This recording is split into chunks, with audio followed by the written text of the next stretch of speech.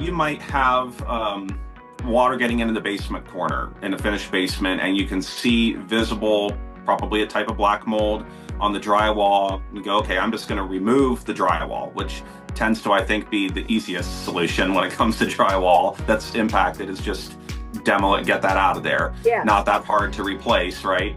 And the importance of using more moisture resistant drywall in below grade spaces.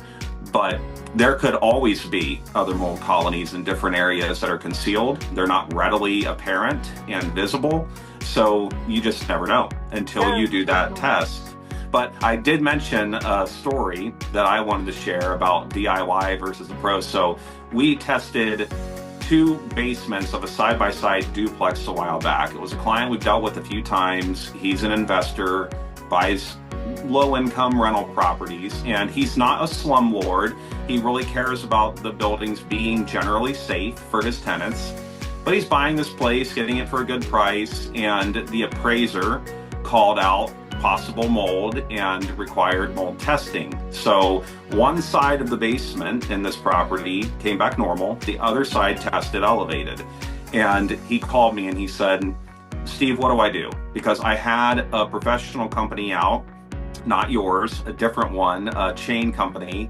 I won't mention the name, but he said they're quoting me, like 10 grand plus minimum, to do this. And that's just not worth it to me. I'm not going to invest in this property that I think he was paying cash, excuse me. And he said, what do I do? And I said, listen, I have to recommend that you use a professional, but if you wear good PPE, if you air out the space, if you clean all visible growth, because there was some, and, wait a bit, let everything dry out, have us come back and test, we'll see how it goes. And he did just that.